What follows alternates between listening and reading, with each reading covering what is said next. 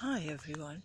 Well, we hear much about the critical race theory, which is very much criticized, and I think that those are right who criticize it. But I have another option. I have a suggestion. Let's speak about the critical species theory. I have a critical species theory, and I say that we should criticize our own species, the human species, mankind in general, its behavior towards other creatures.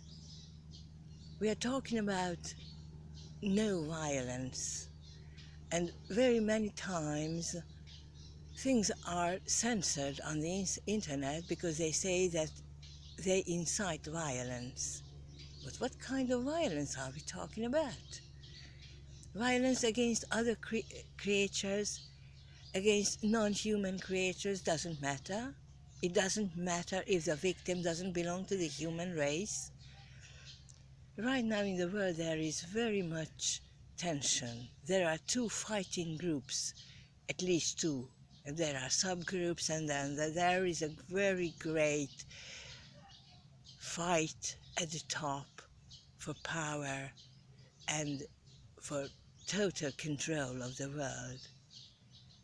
But the groups opposing each other don't realize that something is basically wrong with human nature itself. It should be set right. That should be the basis of everything. To see our species as just one of the species, a human form of life is just one of the sentient and often sensitive forms of life, and the human one is not so special. We should realize that. If we don't, then nothing will ever change. The whole human history has been a disgrace. And now we are at the turning point when it is becoming even worse. And it is becoming even worse because people don't realize that our whole perception should be changed. Some visionaries, some mystics speak about this change, but no, they are thinking of their own species too.